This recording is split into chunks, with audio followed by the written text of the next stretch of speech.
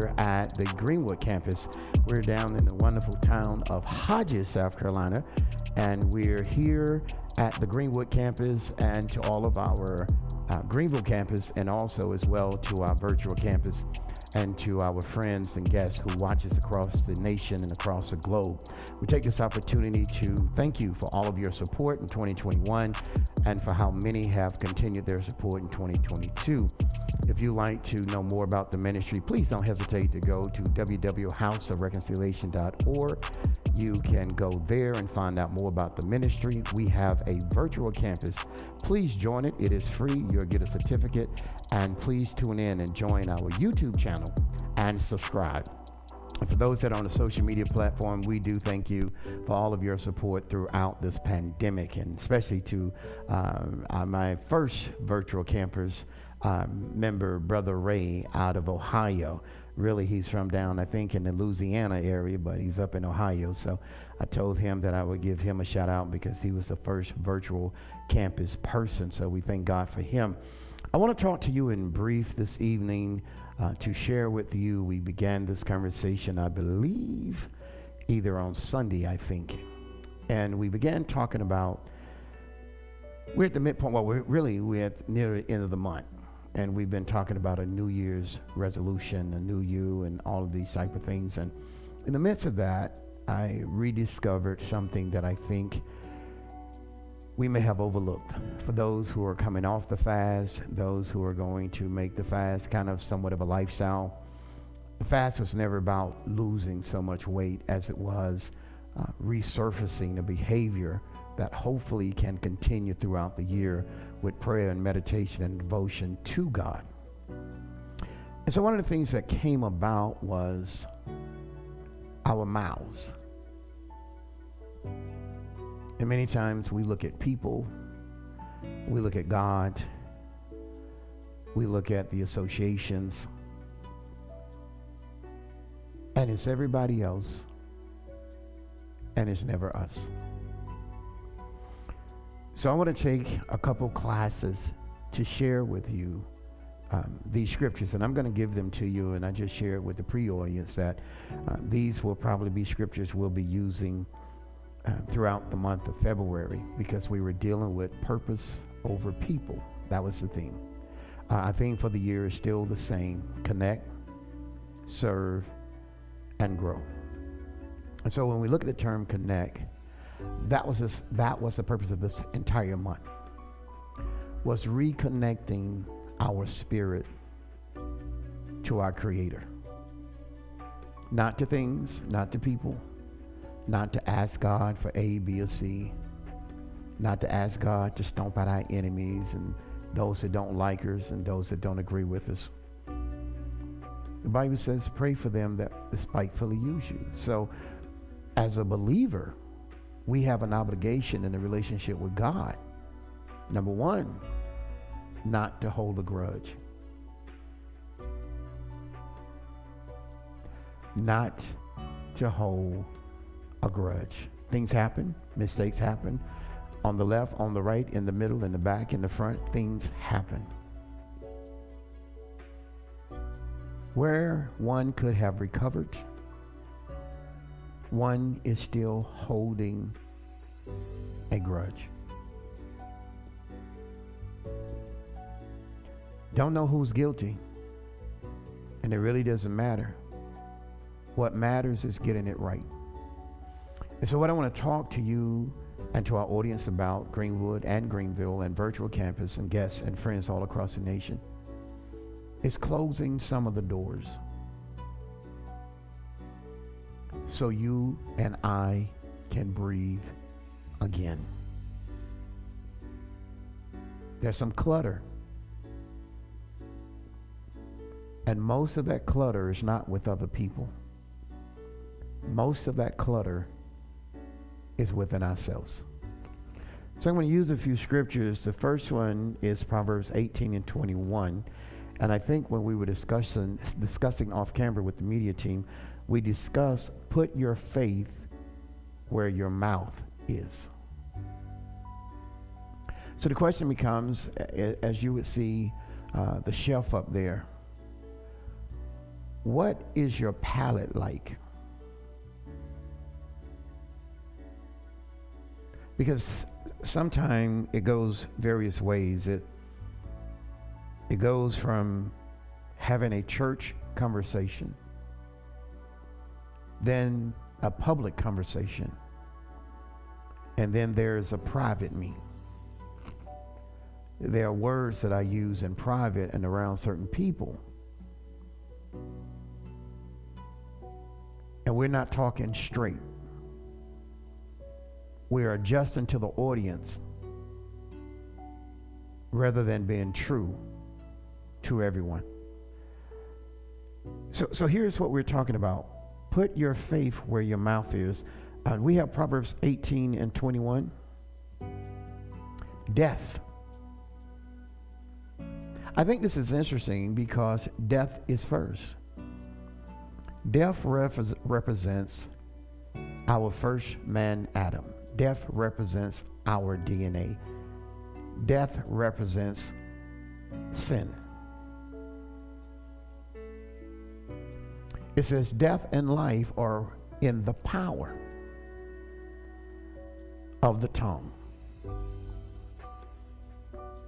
When there's unresolved issues within a person, when they're bitter, they're angry, they have grudges, I'm quite sure you have experienced this, the slip of the tongue.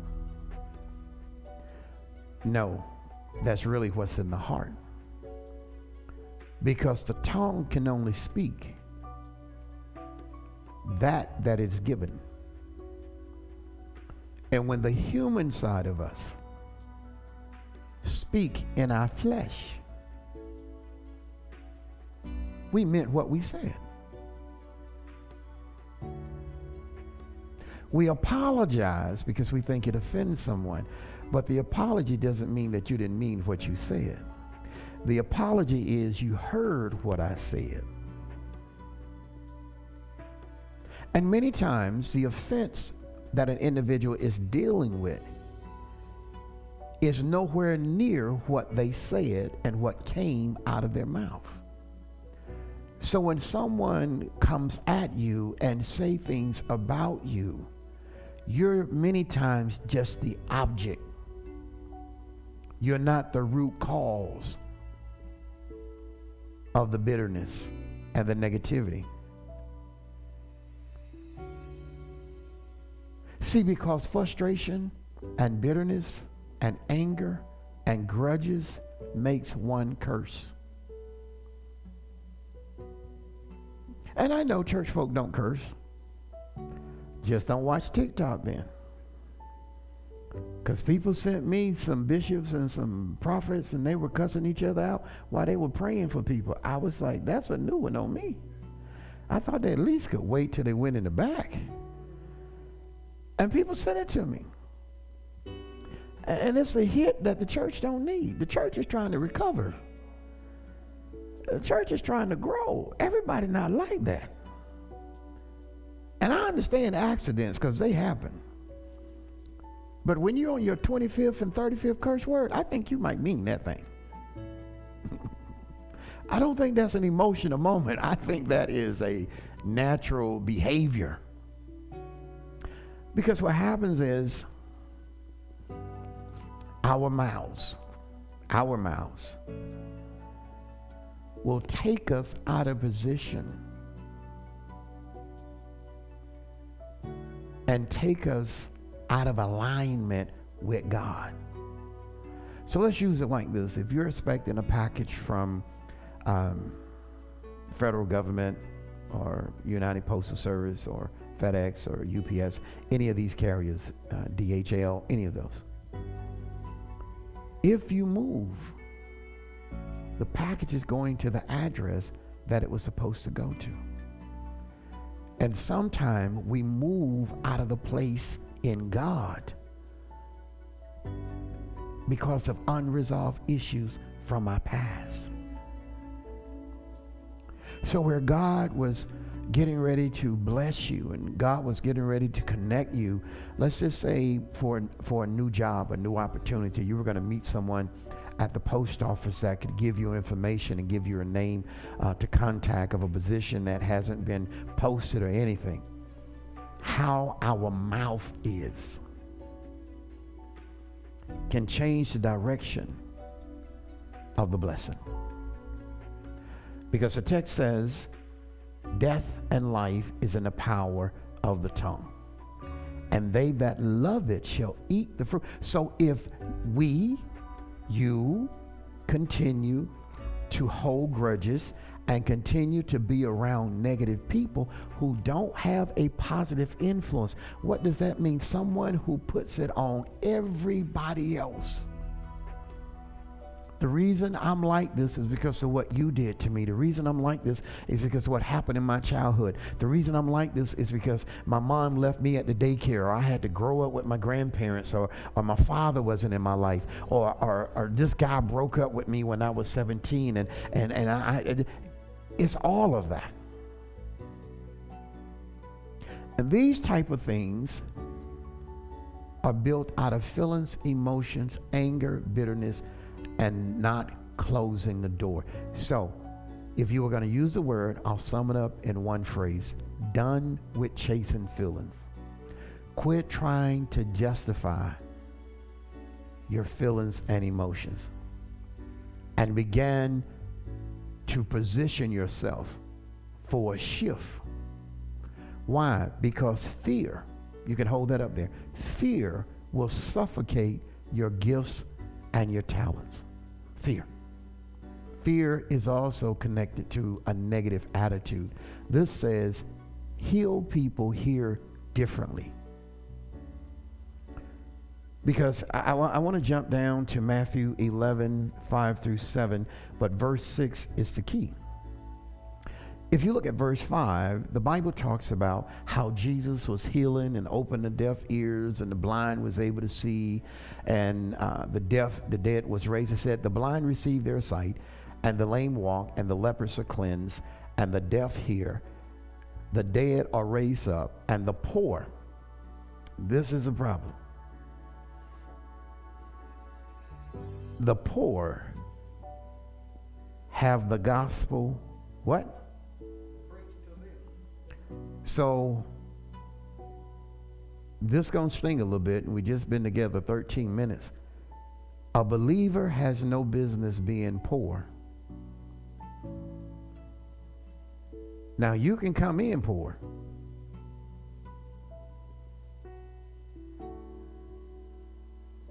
but if you've heard the same gospel, watch this, that gave sight, called the lame to walk, and the lepers clean, and the deaf to hear, and the dead are raised, why do you think he turns and say, and the poor have had the gospel preached to them? If everything else moved and grew, can I go ahead and drop this bomb? Then why are you still putting $1 in the offering plate?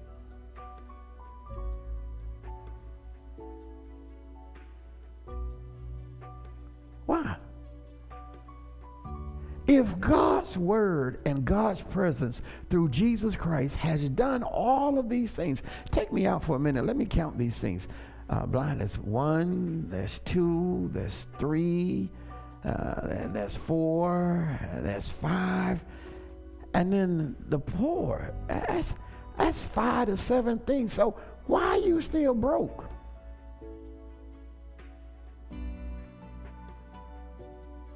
And so let's go on, because anybody want to say anything about that one? Let's go on to verse 6. And blessed is he, watch this, whosoever shall not what? Because death and negative people want justification for their pain. And when Jesus came along, he healed, he rose, he liberated, and people who were still looking to get even will be offended by the move of God. Because you're still waiting on God to get somebody. You still hoping she fails. You still hoping he loses his job. You still hoping somebody get him. And so when God comes along, and regardless of what they've done, he heals them, he forgives them, he restores them, he elevates them, you still holding a grudge. You know, and I can use myself as an example. I can, he backslid. The Lord he shouldn't be anointed no more. God ought to give that to somebody else. Well, what if God gave your lips to somebody else? Well, God should have anointed me. I tell people all the time, go through what I've been through and then ask God to see if you can teach and preach like I do. If you can hold up to what I've been under since I was 8 years old, then you will have almost an untouchable anointing in God. But if you don't want your brains beat out, and if you don't want to be embarrassed publicly, and you don't want to be talked about, and your name be a scandal, and people criticizing your family, if you don't want to be homeless, and you don't want to have to sleep in your car, then shut your mouth. Because if you can't take this, then stay across the fence. And so what Jesus said, blessed is he that don't get mad when I raise your brother. Blessed is he that don't get mad when I rain on the just and the unjust. Blessed is he when I save a murderer. Blessed is he that I've opened their eyes that they can see the ways of their iniquity. This is why fear isolates people and put them and suffocate their gifts and talents. Here is the catch. Your change should ramp up the new you. And so the first thing that happens is changing how you think about yourself. Goes a long way. What does that mean? Quit being the enemy of your own progress. And stop falling out with God when he starts to shift you. I'll say it again. Start thinking about yourself differently. And it doesn't happen overnight. You have to tell yourself sometime every other second, I'm not a failure. I'm not afraid. I can get this done. Beautiful. I can get this done. I can accomplish this. Sometime all you got to do is ask somebody. I can do this. I can get help. I don't have to do this alone. Because fear makes you think you are the only one. Fear tells you you're going to ask a dumb question. Fear tells you you're going to fail. See, here's the thing.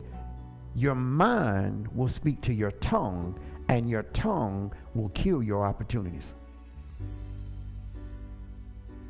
There are people that will help you. And let me show you something. I am not the smartest and the brightest person. I just be honest with you. I can talk about her, my granddaughter. She way smarter than Papa. Way smarter. She's just not as seasoned and mature and have wisdom and experience like Papa. But I thank God. I'm like, man, because, you can get something in the family, but I thank God for the one that's in my family. So, see, because you're going to need some help. Everybody say that with me. You're going to need, you open your mouth. You're going to need some help. You're going to need somebody to guide you. And here's how I do it. No matter what it is, I give people what they give me. No matter what it is, I'll tell somebody, okay, all right, you understand that. But I want you to think of me as a child. And I want you to think of me that I'm slow. And I want you to teach it to me in parts. Don't tell all that you said, just, I can't get it. But if you teach it to me in bits, I eventually can get the entire thing. Don't be afraid to ask people to slow down. Don't be afraid to ask why. What does it say? We have to what?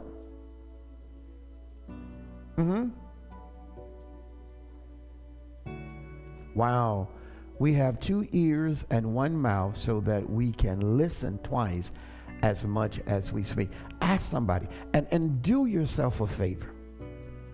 Quit thinking you can keep everything in your head.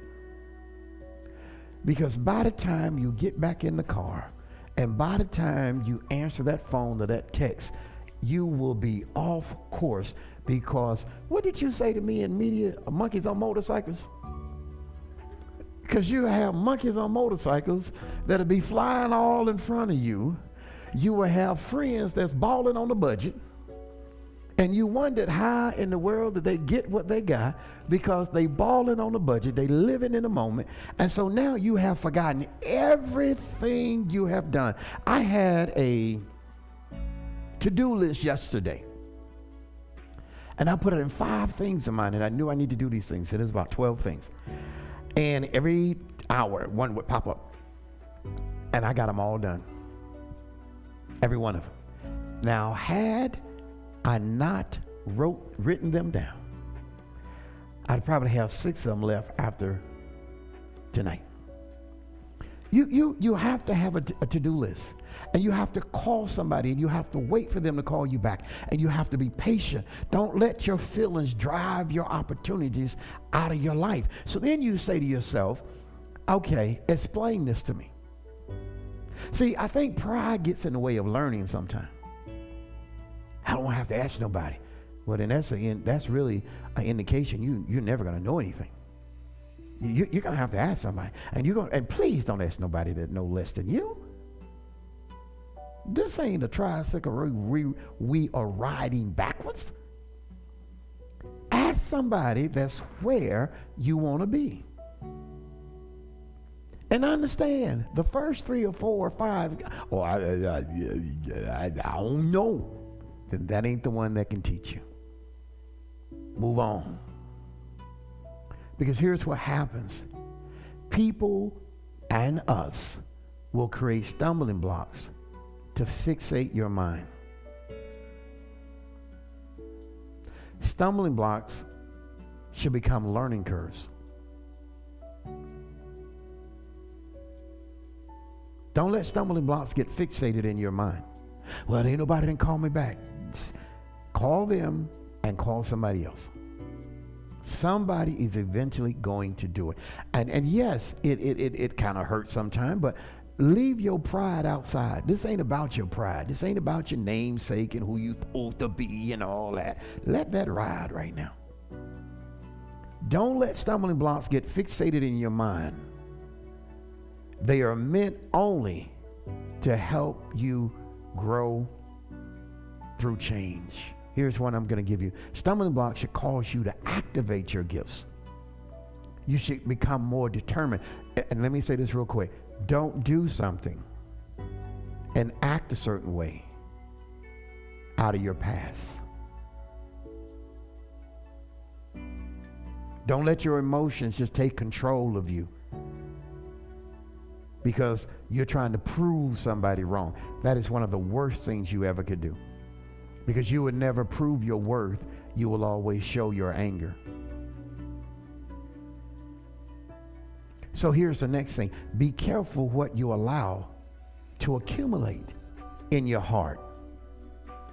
Make your language reflect where you're going and not where you are. So you should speak, oh, well, yes, I plan to do this. Yes, I want to do that. I just need to know I've got step 1, got step 2, and have step 3. But there are 2 more steps I have to get. That's how you should be speaking. And you know what that does? Eliminate excuses and own any failure. No plan is perfect. Every plan has to be modified. But if there is no plan, then there's nothing that can happen. And be mindful that we build our own stumbling blocks. Now, I'm going to give you this, and this is in Hebrews, the 4th chapter and verse 2. And I'm going to give it to you in this way. And the other part is in Numbers 14 and 34. And I'm going to deal with Numbers 14 and 34 first. See, here's what people don't get. Being and having a disbelief is a curse. And so this is why we said, put your faith where your mouth is, because when you say you can't get it done, you breach a covenant and a promise with God. See, this is where I'm trying to go at some point, and this is like a little forecast to it. The things that you're praying for and the things that God has already given you, home, different job, whatever, comes with a new set of pressures and responsibilities. For as many years as we've been preached to, as well as myself, and it has spoken, no one has ever taught me the weight of the blessing. See, we are praying and we're asking God for things that we have no intention of being responsible for. What does that mean? Lord, give me a car. Well, what was wrong with your last car? Well, I didn't take care of it. So now you want me to give you another car, and once it gets snow and ice and sand on it, you're going to treat it just like your old car. You never checked the oil. You never checked the tire pressure, so you kept wearing out tires. And so everything that I give you new, you're going to treat it like it's something old. So I want you to write this, and this is probably maybe new to you, but I don't think it has been really taught that much, the weight of the blessing. This says, and after a number of days in which you search the land, even 40 days, and each day for a year, you shall bear your iniquities. God doesn't give you gifts and talents for you to sit on them and die in them. And God doesn't give you and I gifts and talents for you and I to continue to make excuses for them.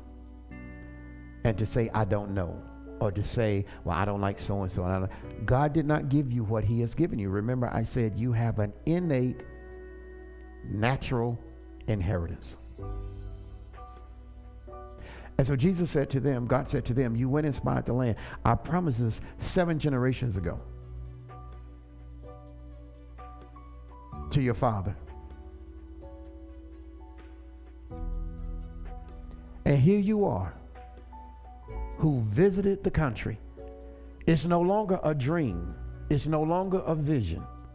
It is a reality. You walked in the promised land. You were able to take fruit from the promised land. You were able to see everything that I said decades and eons ago. And you sit here today and look me in the face and tell me, we can't do it.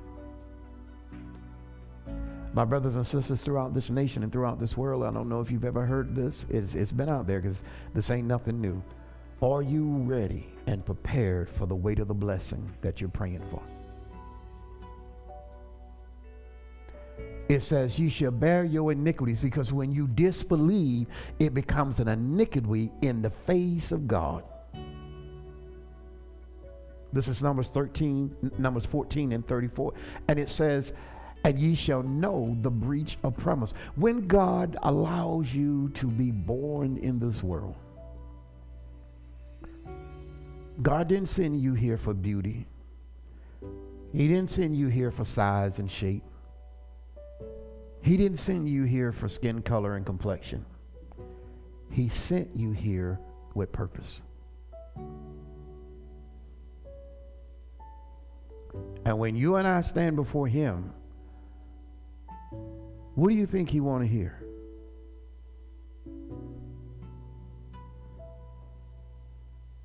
I didn't have time, Jesus. I was busy.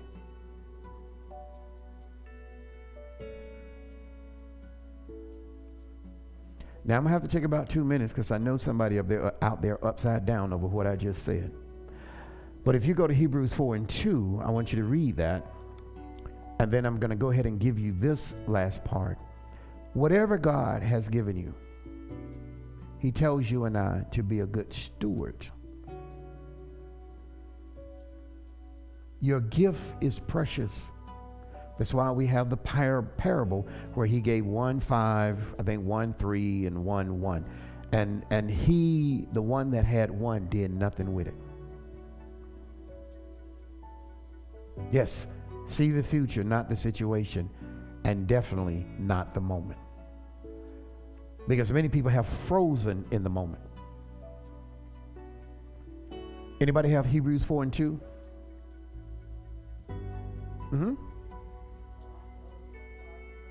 See, now, remember, he just talked about the poor people.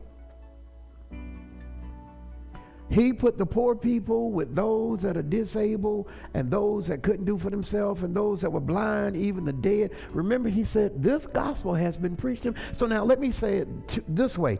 If God has blessed you, it still doesn't give you room to brag. Now, if God has blessed you, it still doesn't give you room to act like you hadn't been blessed. Well, you know, it ain't nothing. You're saying to God that you have blessed me with this house, and you're going to say to people out of your mouth, well, it ain't that much. That's what you telling God? You telling God that car, because what you're doing is you're comparing what you have to somebody else's, and God ain't worried about what somebody else has. He's concerned about what he gave you. And so sometimes we put down what God has given us. Oh, this old house, this old coat, oh, this old job. Yeah. Oh, I almost said something, Lord have mercy. Whatever God has given you, you need to start lifting your head and have pride in your God. Even if the work that he's doing in you is not finished yet, don't you, well, you know, I don't know right now, you know, it might happen. You are breaching the covenant and the promise with God. Well, it's 89 other people doing it. I don't know what difference I can make. If God gave it to you, there's purpose for it. Oh, I could go to church on that one. You can just hold off for a minute. If God gave it to you, there's purpose for it. I don't care what it is, washing cars, shining shoes. I don't care if it's taking care of elderly people. Whatever God has given you, don't look back at God and breach your covenant with God, because God gave that to you. And what you do is minimize the gift that God has given you for the sake of other people. Well, I don't want my brothers and sisters to be mad. They're going to be mad anyway. Because if they were right there with you, they shouldn't have nothing to be mad about. But if you're ahead of them, how they going to catch up and you keep working? Listen, this year you better get your head up. Because your haters ain't moving. Your haters ain't moving, but you keep offending God. I know I got this old place down there, you know, I don't know, I might do something with it, you know, it's a little about 2, 3 little acres, it ain't a whole.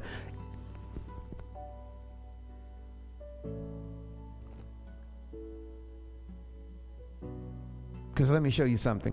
Hebrews 4 and 2 real quick. So now, the poor done heard the gospel, the dead done heard the gospel, the lame done heard the gospel, the blind done heard the gospel, the deaf done heard the gospel.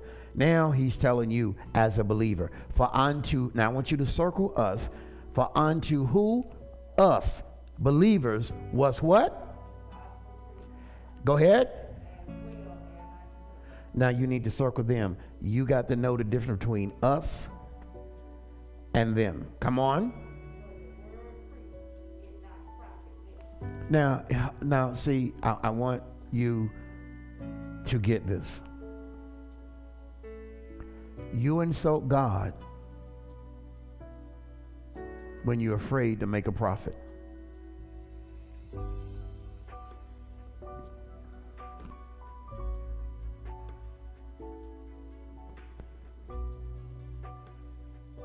So you think God would take 7 generations and send you to a broken down, dried up place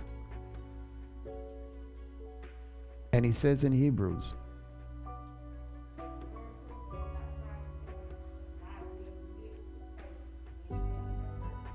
see, you have to take the word of God and you have to mix it with faith. And when you mix God's word with faith and your spirit, there's no reason in the world you should ever worry about a job or a company, because there's nothing wrong with working for a company or for people, but there is something wrong when you don't build nothing for yourself. Because if all of your marbles are in their hand, then they can take their marbles and go home when they want to. And you always want to start after you have gotten knocked in the head with the hammer. I wrote this coming down the highway. I pulled over and I wrote this. I said, and this is what I saw. Just give me a minute. I was pulling up to the red light and I saw a lady with a little girl. And the little girl probably was between 3 and 4. And the lady was trying to show her she had pressed a button so she could identify early on the walk and how many seconds you have to walk. And the little girl was just looking everywhere else, just all over the place, just, spinning around. And I'm assuming it was the mother or the aunt or the grandmother was trying to say, no, baby, I need you to know this. I'm trying to train you. And I always ask God to teach me by nature. And so what I got, I said, how many of us is God trying to tap on the shoulder and say, I want you to go this way? And because of the distractions in life, we looking up everywhere else.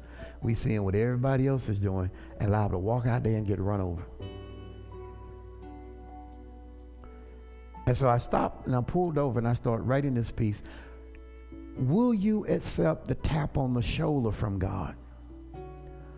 Or do he have to knock you in the head with a bat? Now, people would say, well, God shouldn't have to do that, or God shouldn't do that. You know why God would do that? It's because he has something invested in you, and people who have something invested don't let other people tear it up. How many of you are going to lend your best automobile to someone you know won't take care of it? Let me drive that car. Because you run into a pole, you come back, then ran over, busted the rim and all that. So when God has something invested in you, he tries to tap you on the shoulder. Say, hey man, listen, I need you to go this way. And because other things has your attention, then God has to bust you upside the head. They have a song, oops, upside the head. God has to bust you upside the head. And so God is tapping some of you on the shoulders and saying, you need to get back in church. He's tapping some of you on the shoulders that you ain't did nothing this month. You haven't decided to go back to school. You still sitting in the middle of the road. You haven't started saving. You haven't used anything that I've given you. You've talked at me, but you've not talked with me. And God is saying to you and I, you can get it the easy way, or you can get it the hard way. I'm trying to tap you on the shoulder and say, hey, I need you to change that old attitude. I need you to quit cussing people out. I need you to stop being angry and expressing yourself the wrong way, because you represent me. And some of you are probably saying, well, why would God care? He put something in you that's priceless. You have more value in you from God than you believe and that you see. Because you're looking at the man in the mirror, the woman in the mirror. You're not looking at what's inside of that person in the mirror. And God doesn't send a person to earth without a purpose.